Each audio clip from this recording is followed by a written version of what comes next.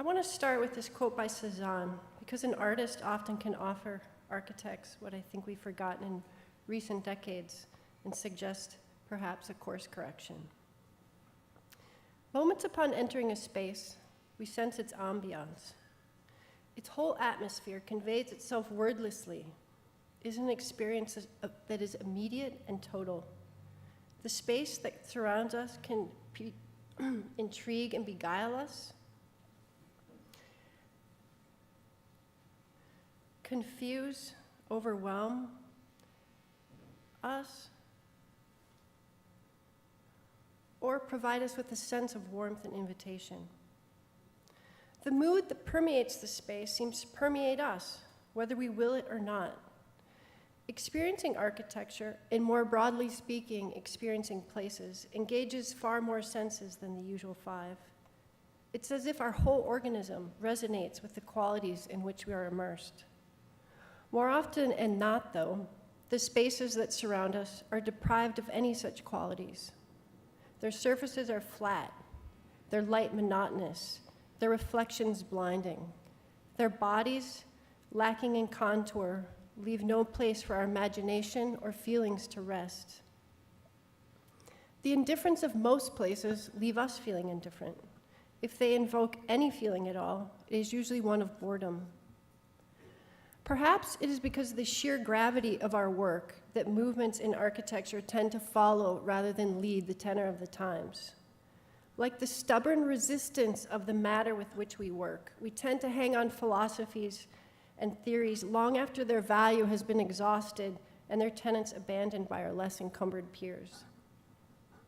The failure of modern architecture to address the divide between thinking and feeling, which Siegfried Giedion lamented almost 8 decades ago, for example, far from being mended, has only deepened. As Harry Mulgrave so rightly notes, architecture theory of recent decades took the dogma of reason to new levels of abstruseness. And as a consequence, the word emotion virtually disappeared from the architect's vocabulary. We effectively followed the larger cultural cleansing of emotion from aesthetic and intellectual discourse, an attitude apothesized by the Spanish philosopher Ortega y Gasset, who called tears and laughter aesthetic frauds. Yet in recent decades, the divide between reason and emotion on which architects so faithfully founded our theories and our buildings has collapsed under the weight of findings in the natural and biological sciences. Thanks to the findings of neuroscience, we now know that emotion is the precursor to an essential ground for rational thinking. I want to briefly introduce the philosopher John Dewey's understanding of emotion because he anticipated so much of what we are learning about emotion today. His understanding of emotion was perhaps the most controversial and misunderstood aspect of his philosophy because it upended so many of our common sense views. According to Dewey, we do not feel emotions as much as the world does. In Experience in Nature, he writes, "It is not correct to endow man in isolation with an instinct of fear and then imagine him ejecting that fear into the environment. Fear, whether an instinct or an acquisition, is a function of the environment.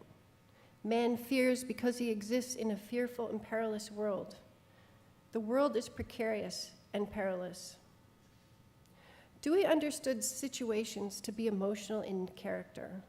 Emotions for him were not solely internal states, but rather objective indications of the way experience reveals the world. Clearly, the whole idea that somehow emotional qualities, happiness, terror, tranquility, exist out there apart from us is a very radical move. How, you might ask, can situations be fearful or awful? How can situations feel? Exactly whose consciousness is experiencing the feeling?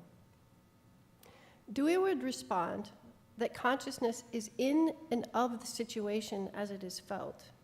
Feeling resides neither strictly in the organism nor in the environment independently, but in the process of interaction that mutually constitutes organism and environment. The way we experience the world is fundamentally affective. Our most primordial encounter with the world is thoroughly emotional. To be alive is to feel, and it's through feeling that we connect with the world. The world we experience out there and our inner worlds are joined together through feeling. Dewey's whole philosophical project was dedicated to showing that we cannot and do not exist independently of our surroundings, but rather we are interdependent with our environment. And this interdependence is expressed and realized through our emotional sense. Goethe wrote that nothing is within, nothing is outside, because what is within is outside. Dewey's theory of emotion shares a close sympathy with this sentiment. Both invited us to think beyond the rigid categories of inside and outside, breaking down the hard wall that separates self from the world. Dewey considered emotion to be a fundamental mode of sensory perception. He wrote, "Not only does the direct sense element, and motion is a mode of sense, tend to absorb all ideational matter, it digests and subdues all that is merely intellectual." Dewey was well aware of the integrating role of emotion long before it was confirmed by neuroscience. Like all of our senses, emotion is not limited to a specific circuit or region of the brain. The limbic region, once thought to be the center of emotion, appears to have wide-ranging effects on most aspects of mental functioning. After an extensive research of the literature on brain regions traditionally associated with emotion and those for cognition, the neuroscientist Louise Pessoa concluded, parceling the brain into cognitive and affective regions is inherently problematic and ultimately untenable. Emotion and cognition are independent dimensions of behavior that result from activity of multiple brain regions that are neither intrinsically emotional nor cognitive, but contribute to behavior in distinct ways depending on the broader neural context in which they participate. According to the developmental psychologist and neuroscientist Kenneth Dodge, all information processing is emotional, in that emotion is the energy that drives, organizes, amplifies, and attenuates cognitive activity, and in turn is the experience and expression of that activity. Further, the philosopher Giovanni Colombetti understands emotions to be the source of meaning that ground the more elaborate modes of sense-making in complex organisms, arguing in her book, The Feeling Body, the richer and more differentiated emotion that one finds in animal and human lives are enrichments of the primordial capacity to be sensitive to the world. Neuroscientists and philosophers are converging upon an understanding of emotion that, like John Dewey before them, broadens its meaning and importance beyond the strictly subjective. That is, our emotions not only monitor and express our inner states, our emotions make us continually aware of the threats, pleasures, potentials, and affordances of the surrounding world. Emotion is an internal response to an external situation, and in this sense, not only integrates the many layered modes of knowing within our bodies, emotion serves to integrate our organism with the environment on which our lives depend. We can think of emotion as a kind of highly sophisticated spatial awareness. So it is no accident that some of the most richly emotional experiences are essentially spatial in nature. Take music, for example. Music moves us immediately by approaching us from all directions. We can close our eyes, but we can't close our ears. Light, too, has deep emotional resonances.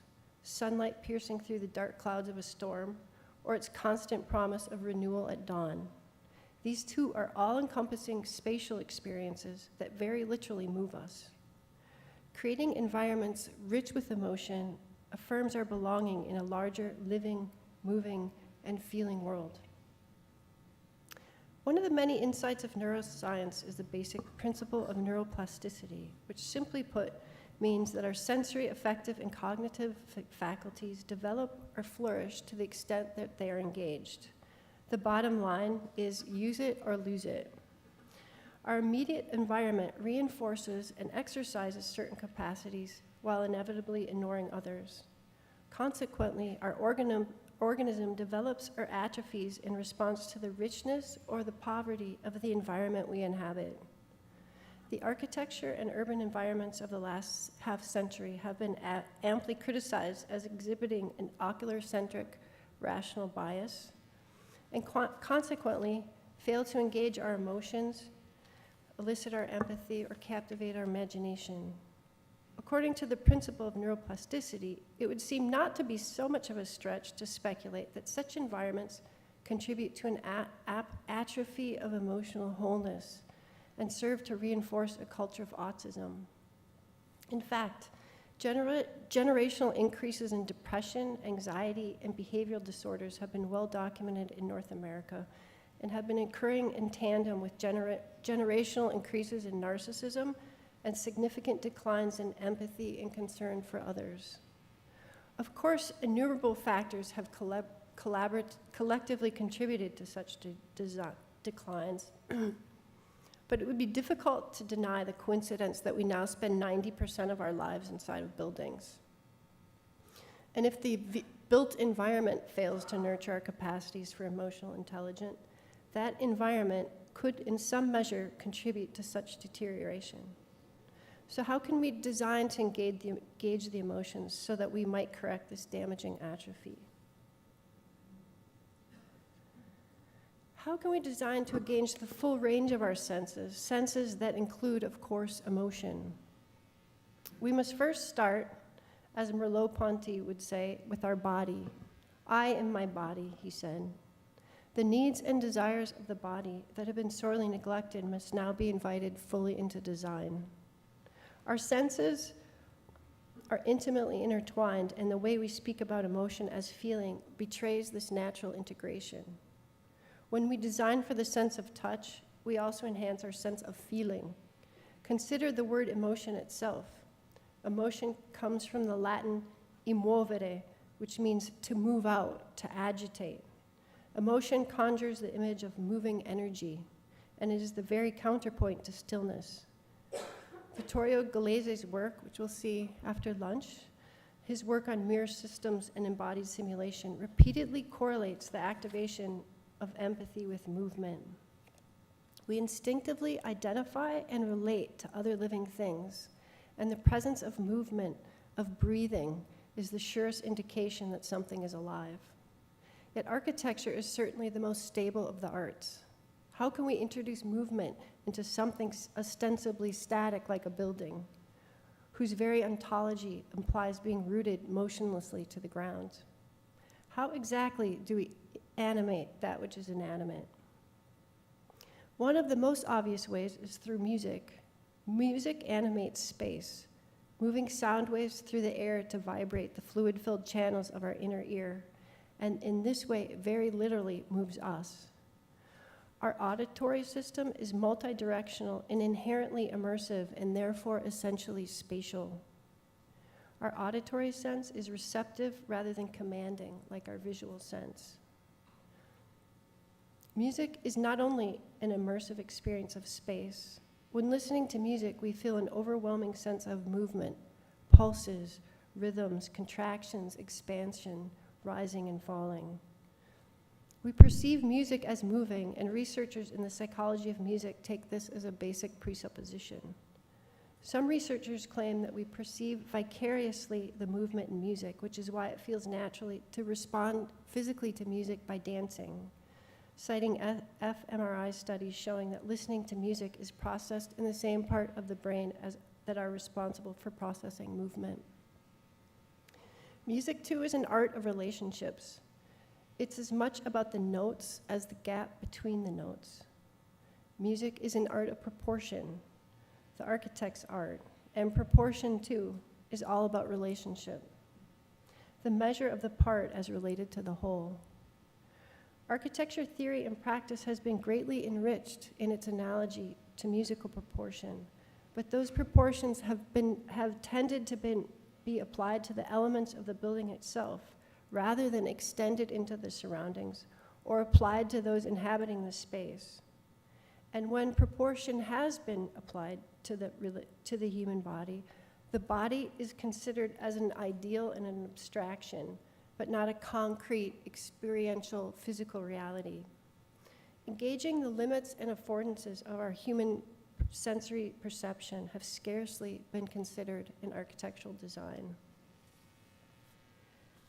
If the very definition of emotion is stirring up an otherwise even state, then one might venture to suggest that physical movements against a background of stillness would be emotionally evocative. That is, if emotions are inner eruptions in response to exterior perturbations, then their analog would be physical displacements in the surrounding environment. Movement depends on stillness. We recognize movement against a background of stillness.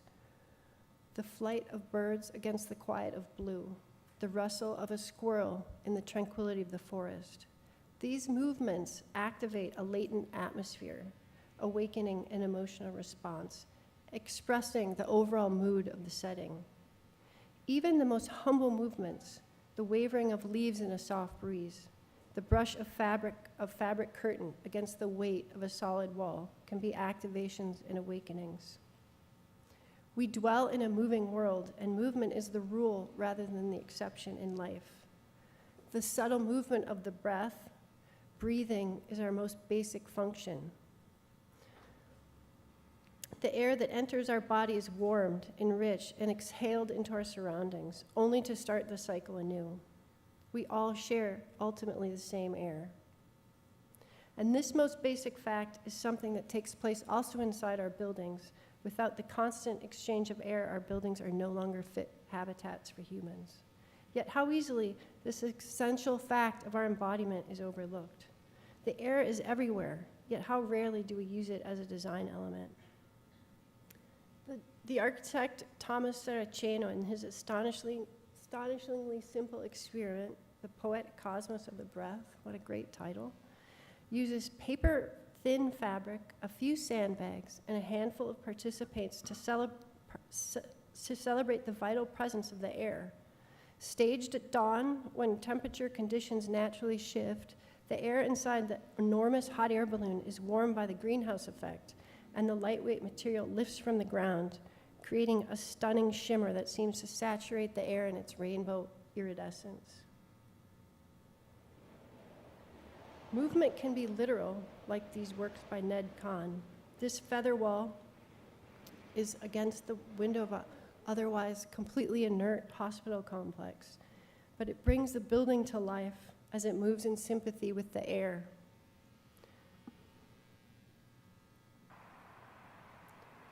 Or his piece, Turning Leaves, in which pieces of aluminum drape the front of a building to reveal the hidden currents of air.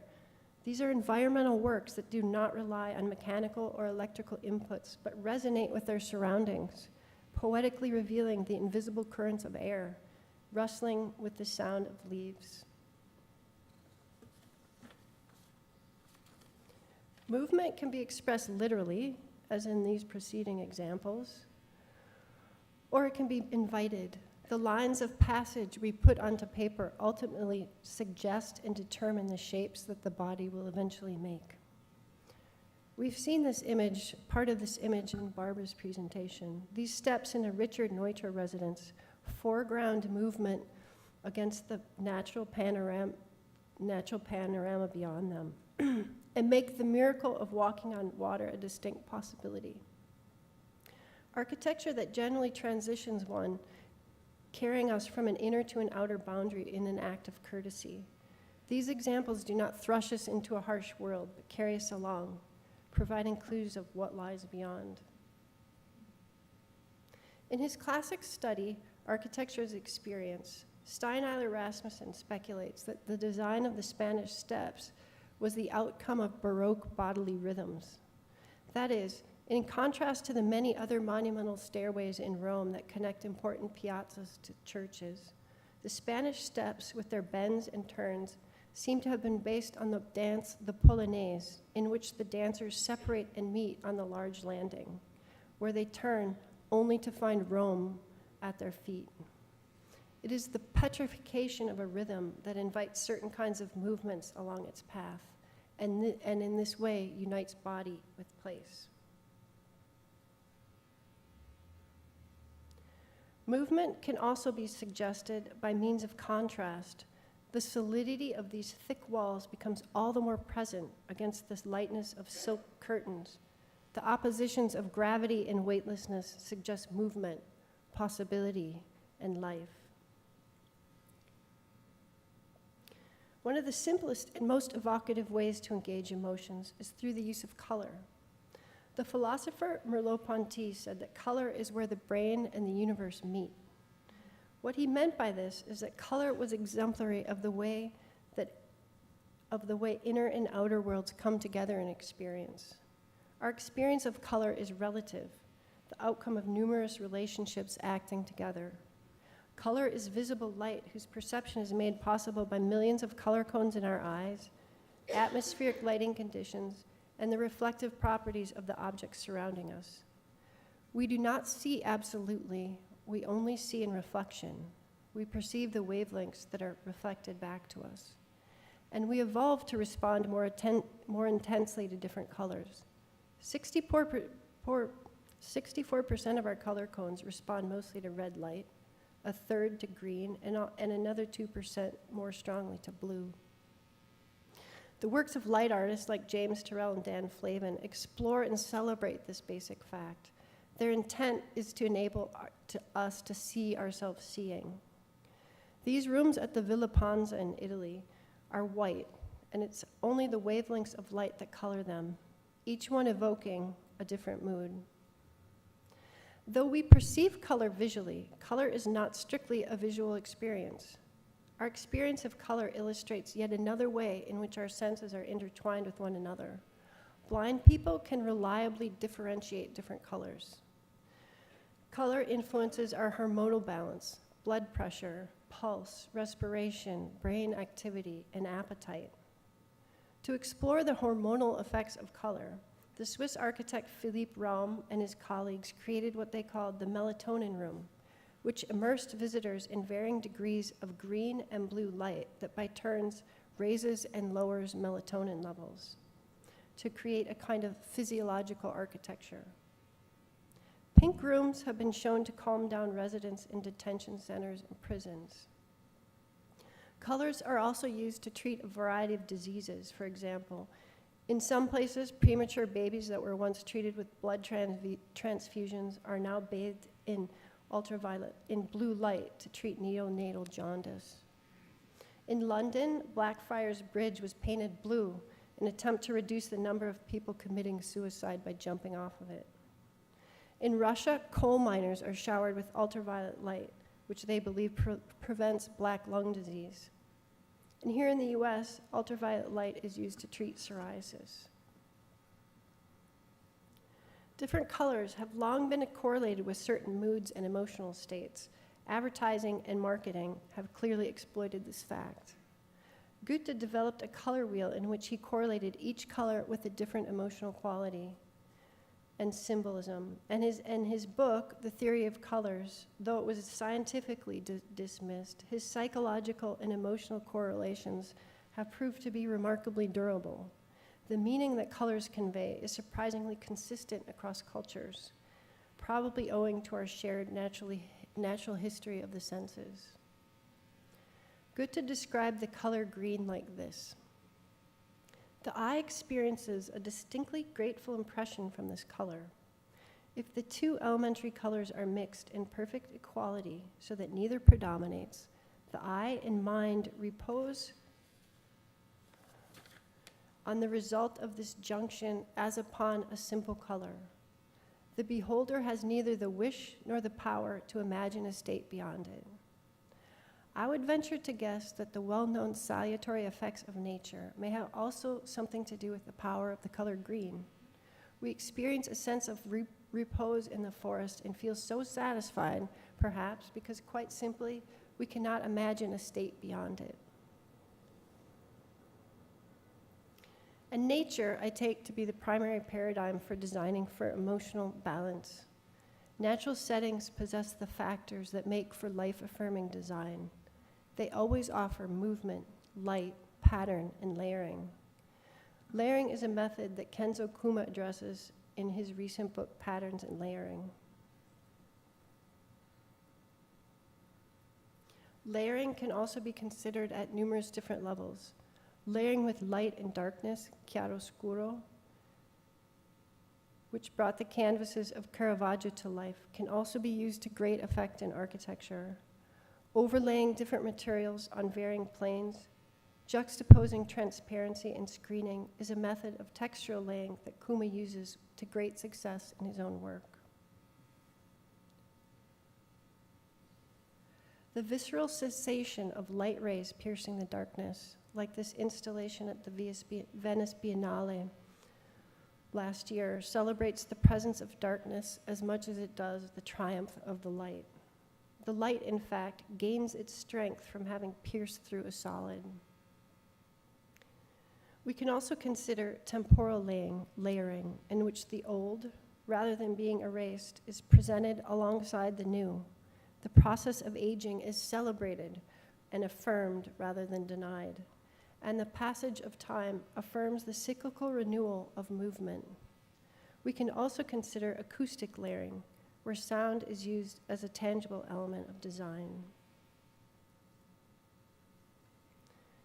Carlos Scarpa's Brion Cemetery is a stunning example of these many categories of layering. His range of design elements, water in ponds, water in fountains, constantly moving water, glass, stone, tile, concrete that's made with extraordinary attention to detail and precision, are layered masterfully at the most subtle levels. One of my architect friends in Italy told me, I didn't pick this up when I went to Brion Cemetery, but he pointed out that Carlos Scarpa's amazing sensitivity to human experience comes in part from, one example of it is the fact that the downspouts at Brion Cemetery are different widths and different lengths. So he turned the architect's mundane task of keeping out in the rain to a quiet symphony in which the downspouts become musical instruments. And even though the Brion tomb is a ceremonial place dedicated to death, he could not possibly have made it feel more alive. Thank you.